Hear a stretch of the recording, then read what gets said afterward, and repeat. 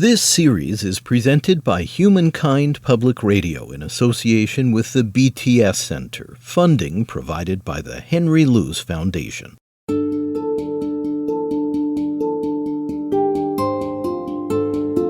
You're listening to the Spiritual Care Podcast. I'm David Freudberg. This time, Interfaith Understanding on Campus.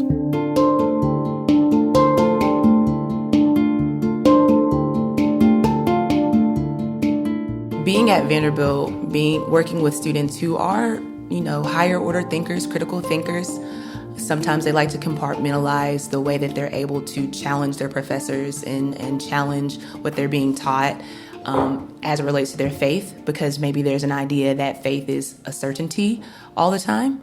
I happen to believe that faith is moving forward in the midst of your uncertainties and in the midst of the unknown and your doubts.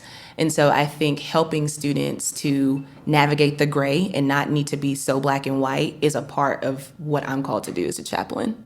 That's Reverend Chantel Hinton, an ordained minister in the Christian Church who also holds a master's in electrical engineering.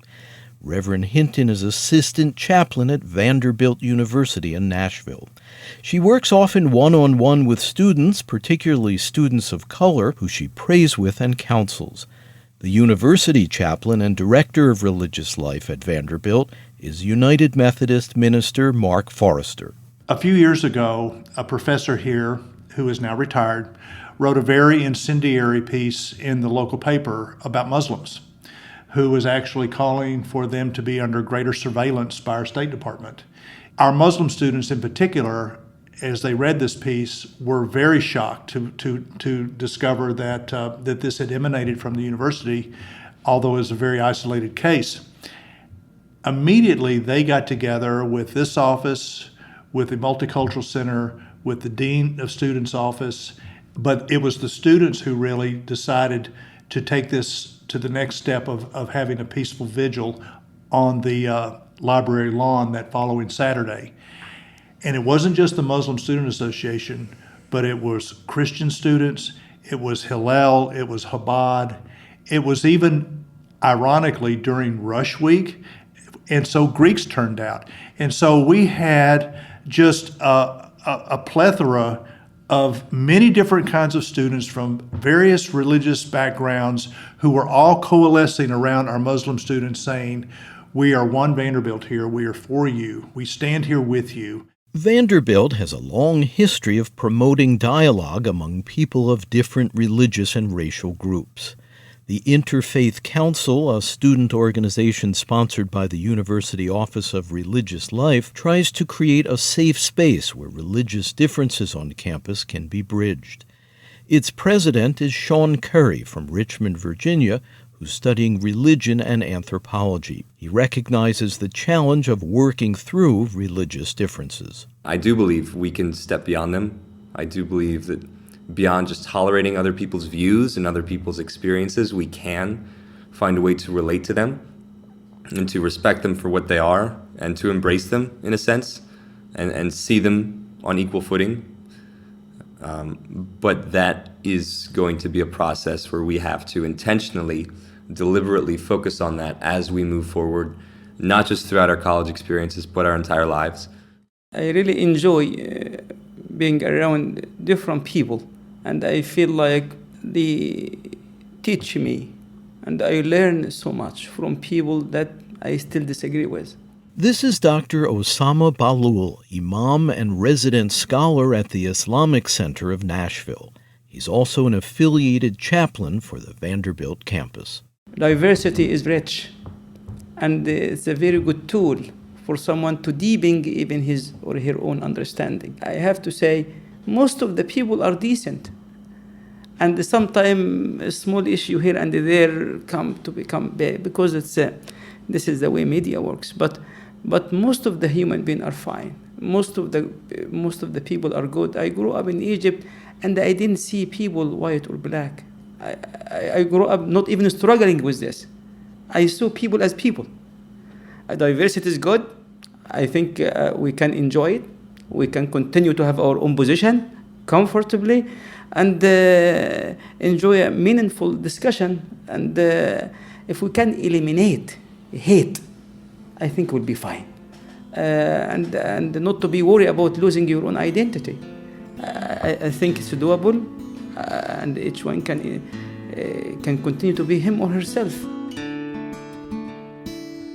And that's a concern sometimes lurking in these discussions. Must I abandon my own deeply held convictions in order to be truly welcoming of those with different beliefs? Vanderbilt University chaplain Mark Forrester. There are so many factors that just immediately will bring tensions into a larger campus environment. And I don't see that all tensions in and of themselves are necessarily bad or destructive. I think that there are creative tensions in life that actually expand us and help us to live with a greater sense of life's complexity. And so I think part of what we do as religious leaders, to the extent that we can be successful with this, is to act as bridges, as go-betweens, and to be religiously conversant with communities that are defined by other sacred texts, by other cultural upbringings. Doesn't mean that we are necessarily experts, but that we act as kind of go-betweens. And in doing so, that we help to translate, to some extent, what those tensions really mean one to another. Because I think oftentimes the tensions that become destructive are because we are in a misunderstanding about, either what has been said or what has been done.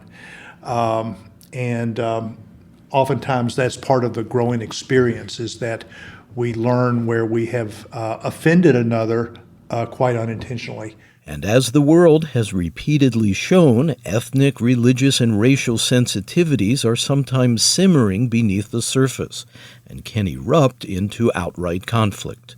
The worst things that can happen from this is actual murder. I mean, people can hate each other so much they want to kill each other. So that's the worst thing that can happen from tensions. Rabbi Shlomo Rothstein is the Chabad representative to Vanderbilt University. Some of the other bad things that can happen from not having healthy tensions, like Mark was pointing out before, is people lose all sense of self, because your tension is in this sense of here's who I am, here's who you are. Explain that, please. Well, if I don't have a boundary, if I take away all my boundaries, then I may not have any tension with you. I also may not have any understanding of who I am. And losing one's sense of self is also, unfortunately, a terrible thing that we see happening on college campuses as well. I think that feeds a lot into suicides and depression. So having a healthy sense of self and the healthy tension that we spoke about earlier, plus making sure that there's a getting together and understanding between different communities is very important. One of the key pieces, I think, is, two key pieces. One is, as soon as tensions lead to hatred, then you know the tensions are unhealthy. That's number one. And the key, I think, to taking away unhealthy tensions and hatred is by finding within one's own faith tradition, and this is our job as leaders, to teach this to our people, how our faith itself teaches love for our neighbor. And do you think that cuts across all the great traditions? I think it does, but I also think that it's easy. I think that in many traditions you can find verses and passages that come from one direction or the other. And I think as part of being a shepherd, we need to find the right food to feed and make sure we pick out and highlight those verses and those ideas that we know are foundations.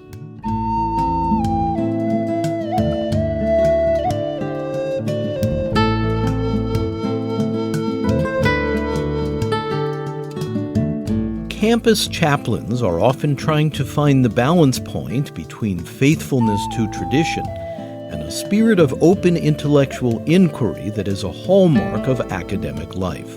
Reverend Chantel Hinton. I'm putting on a monthly gathering called The Shop, Traditionally, for people of color, going to the barbershop or the beauty shop is a place where you talk about everything, right? You talk about God, you talk about life, politics, sex, everything that's off limits in churches. And I'm trying to replicate that on campus.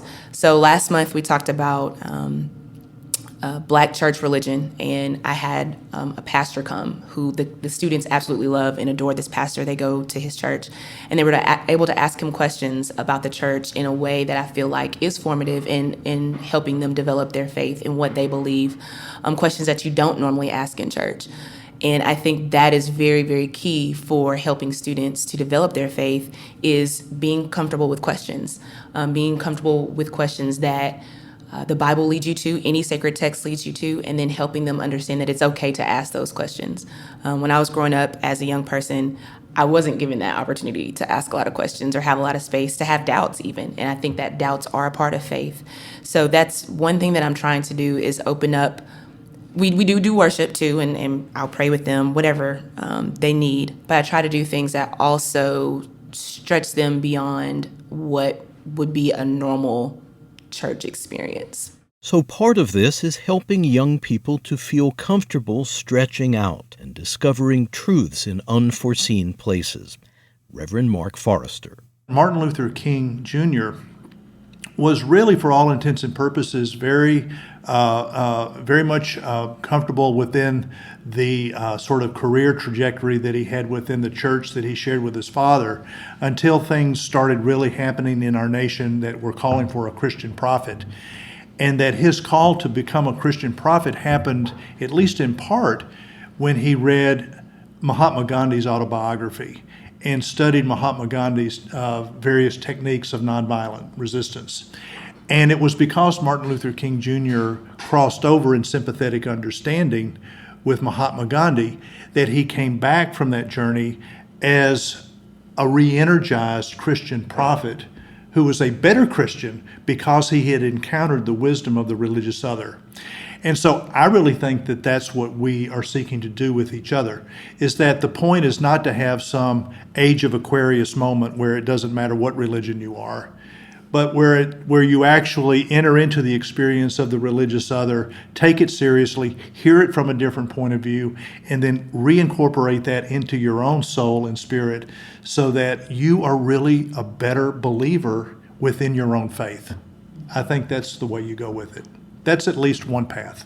Part of helping them discover their faith is hopefully broadening them to a sense of who their neighbor is, and broadening them to a sense of the community around them. Lindsay Groves is a Presbyterian minister and Vanderbilt affiliate chaplain. Developing an awareness of neighbor, not just an awareness of who you think God is or who God is to you, but what your neighbor may think about that, and what your responsibility is towards your neighbor about that. And I think worship, coming together in that communal sense, really helps students develop that critically in a way that you don't necessarily get in the classroom. Or in the larger community. This was a reality experienced by Imam Osama Bahlul when he previously served as religious leader of the Islamic Center of Murfreesboro, Tennessee. The mosque there has faced bigotry, legal challenges, a bomb threat, and vandalism. I spoke with Jana, my daughter, and I asked her, honey, she was in kindergarten, did anyone say to you anything bad in your class? Because I was concerned. She was the only Muslim in the class, maybe the only Muslim in the school. She said to me, Daddy, they are my friends. This is what she said, literally. They are my friends.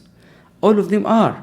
She didn't see anyone in her class as a Jewish, Muslims, or Christians, white or black. She was able, as a child, naturally, without this discussion, without PhDs, without anything, to see them all as friends.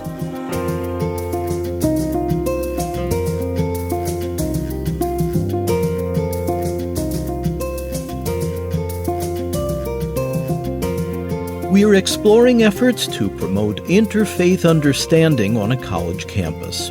You're listening to the Spiritual Care Podcast. I'm David Freudberg. To learn more and to access additional episodes of this podcast along with other resources, please visit spiritualcarepodcast.org.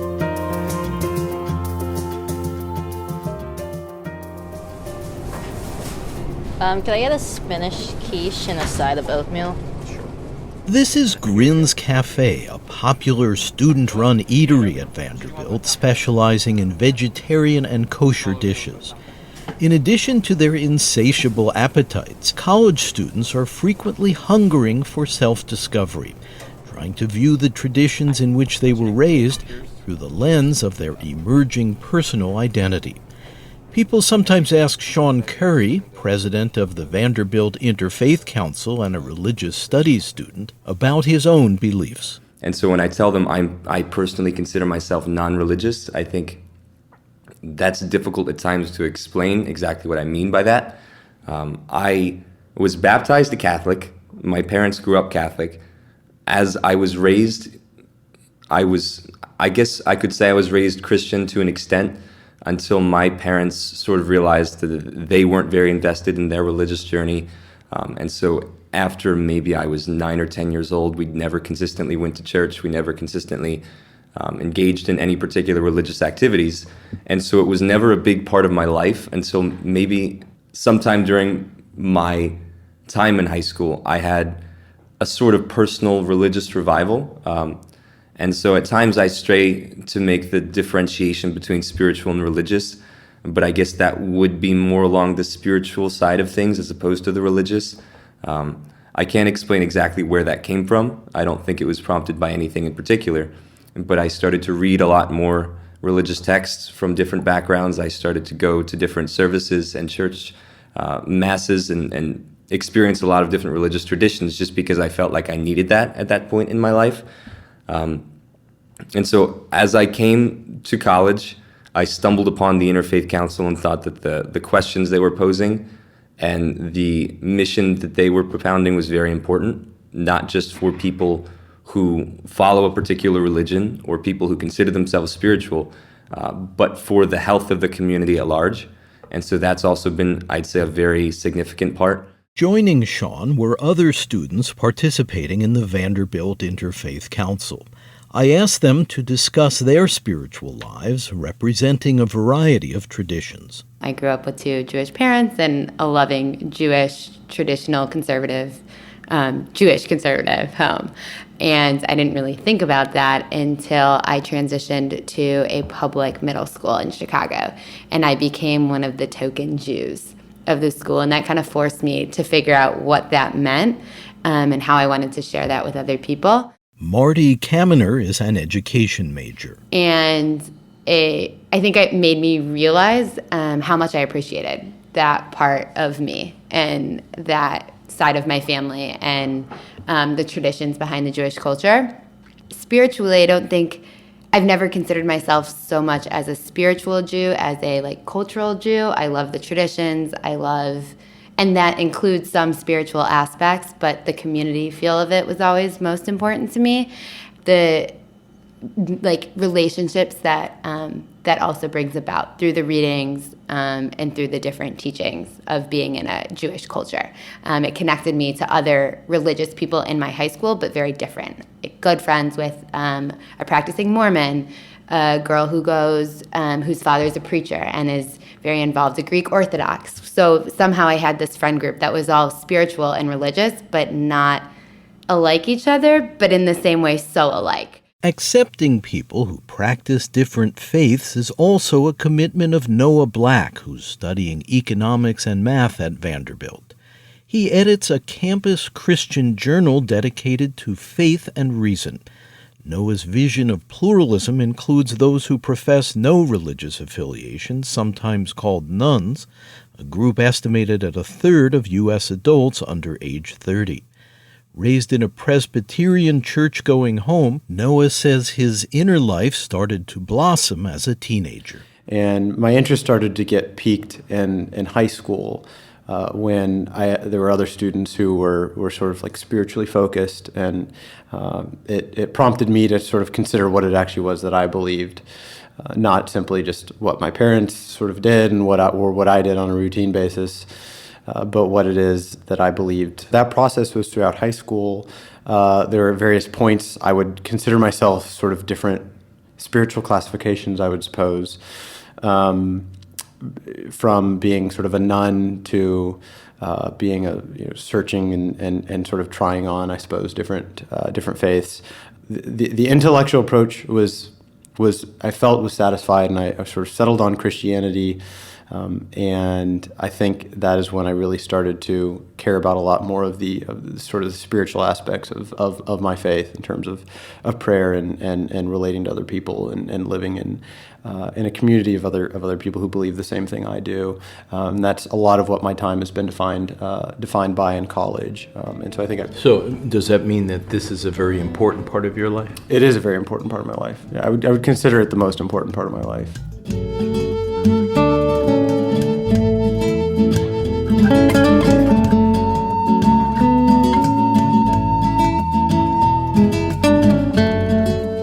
Interfaith Council President Sean Curry. On a college campus in particular, speaking of religious background, speaking of religious experience, is definitely taboo to an extent. People don't often speak of their own experiences, and people may not also be willing to hear about the experiences of others. And for somebody, if there's somebody who does not consider themselves very religious, that might not be that big of a deal. But for people whose religion is a fundamental piece of who they are, if they feel like they can't speak about that, if they feel like people in their community aren't receptive to that, it feels like that's something that's taken away from them, that keeps them at arm's length from the rest of the community, perhaps. So why do you think it is that religion is maybe taboo or may be something that people keep very private? Why do you think that is the case?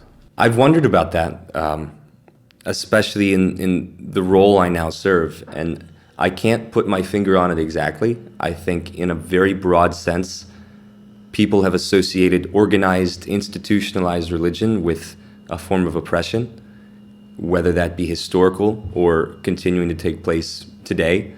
And so many people have rejected that, perhaps, in favor of perhaps a spirituality that isn't institutionalized, it isn't tied to any particular rituals or practices or texts, but is something that they still consider important to themselves. But I fully believe that not just for the sake of people on, say, a college campus who identify with a particular religion, but for the sake of the campus community at large, it would be very beneficial for us to slowly but surely try to bring down those hesitations and those taboos that we have to speak about these things that are very important to people's lives. This may help bring to light preconceptions, especially inaccurate ones, that people of one background may harbor about those of other backgrounds. Ryan Osman, a Vanderbilt student and practicing Muslim, works as a research assistant at the University Medical Center. Prejudices are the most dangerous when people don't realize that they have them. And I think it's very easy for people, I mean, it makes sense, but it's very easy for people to only surround themselves with people they're familiar with and people who agree with their opinions and, like the bubble, where you're not getting any outside opinions or not learning about anything new. And that's when I think conversations or organizations like the Interfaith Council, where we try to create a safe space where people can learn about each other and people can express their opinions, are really, really important in order to recognize how something you may have never even thought of could be a prejudice that you have against another group or another person. Something that I think I have noticed on this campus is Vanderbilt students are very passionate. It's great. Marty Kaminer. It's really great to see what students are passionate about, coming from religion, gender issues, whatever it may be. It's really easy for that passion to be viewed or accidentally portrayed as aggression. Not in any type of harmful manner, but the way in which sometimes Vanderbilt students speak so passionately, it's really easy to feel like you're getting attacked. And so instead of then welcoming in that conversation, it's more likely that you're maybe going to hide next time so that you don't feel like they're bombarding you with their opinion in a way that's really from a good place, from passion about sharing about it, about whatever they might be talking about. What would it mean to welcome in the conversation? I think it's almost like a follow-up conversation, or stopping them and saying, you're saying things, but I don't even know what the term you're using means. but we're too sometimes scared based off either the judgments that are going to be made because we don't understand the term that is, maybe thrown around a lot, or because the way in which they're talking to you, whatever it is, we're scared to say, hold on, like, we should talk about it because I don't understand. But the emotions that get behind, the emotions that are brought up because of the way that the message is conveyed make it really easy to just want to never have a conversation again with that person or about that topic.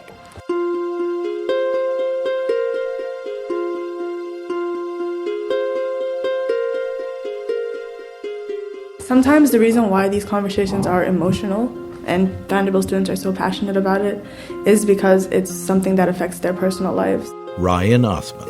I'm speaking, it could be religion, but I'm primarily thinking about like race. Like that is something that would affect you personally. And I think that conversation is very important, but I also think that if a person does feel attacked by the conversations that are happening, then they shouldn't be forced to have that conversation. For instance, I'm Muslim. So if someone asks, sometimes people want to learn about my religion through me, but the thing is, I'm not a scholar. I practice Islam the way I think is right, and I can't answer questions that people have about the religion because, to be honestly, I don't know enough about the religion to speak on it. But then people will want to ask me questions. Why does this happen? Why is it like this? Like the terrorist attacks, or even something that's not like, why do you wear a hijab? Or even something even simpler than that. Like I wear skirts, and then someone will say, why does she wear pants and you wear skirts? And then something like that. And if I don't want to answer that question, I shouldn't have to. So when I think of kind of grappling with individual prejudices that you might be conscious of or maybe not even aware that you have, I kind of think that there's two ways that I've successfully, not that the journey is over of figuring it out, but so far had positive experiences doing. And one of those is diving in, and one of them is taking a step back. And so what I mean by that is by diving in, usually it just starts with creating a genuine friendship with one person that can, before you realize it, like knock down whatever prejudices that you may have or assumptions that you put about their faith or identity that they either show outwardly or being the affiliations that they have on campus. You make assumptions of their personality or their traditions and habits. In high school, none of my friends were religious in any way, and so in college, that's been a big change. That a lot of my close friends are Christians, and so this group that I lived with, sophomore year, we're mostly Christians, and so we were thinking about, how can we try to understand not just another religion and like the facets of another religion, but to actually understand and meet and interact with people who practice that other faith. And we sort of thought about the idea, like Sean had mentioned earlier, about how it's unlikely that we'll sort of have some sort of discussion where everyone comes to this like great agreement on some sort of grand religious tenet. But we thought that there are certain common objectives, and one of them is oftentimes service. And so what are the different projects that we could undergo with other faith groups surrounding service and making the community a better place or serving the common good, but also in the process be able to interact with and get to know each other in both directions by doing that. Why were you inspired to do that? I think it was just really born of conversations I had with people sort of the second semester of my freshman year, thinking about what does it mean to live on a campus, on a pluralistic campus, but call yourself a Christian, but know that it is not right to just surround yourself with Christians, and that we should be getting to know people of other faiths and other backgrounds, whether that be a faith background or not. Noah Black resided in a living learning community on campus, mostly involving fellow Christians. The students made service commitments with guidance from a faculty advisor. Activities included helping members of Chabad to build a temporary hut known as a sukkah for a Jewish holiday, doing trash cleanup around Nashville with members of a local Hindu temple, and volunteering with people of other religions at a local homeless shelter. We're really not that different from someone who is a Hindu, or someone who's a Jew, or someone who's a Muslim or whatever. And I think that was the thing that struck us, is that we don't have to agree on every single point, but there are a lot of things that we can agree on, and there's a lot of sort of all of our humanity that we share, that really the gulf that a lot of times can feel like, I know that we felt like a lot of our freshman year, whenever we were just sort of around Christians, was perhaps narrowed after that. When we use the word diversity and breaking down barriers, we often stop at just bringing people together. Like having an event where we have people from different organizations, I'll say different religious organizations, in the same place at the same time. And I think that's great. That's a fantastic step to take, but I think it is just a step. And working to actually open ourselves up to new friendships, where we can find relations with each other on a different level than we are used to. I guess that would be the biggest thing I'd point to. And I think that's the best approach we can take to fostering respect for people of diverse backgrounds. Sean Curry, along with other student members of the Interfaith Council at Vanderbilt University in Nashville.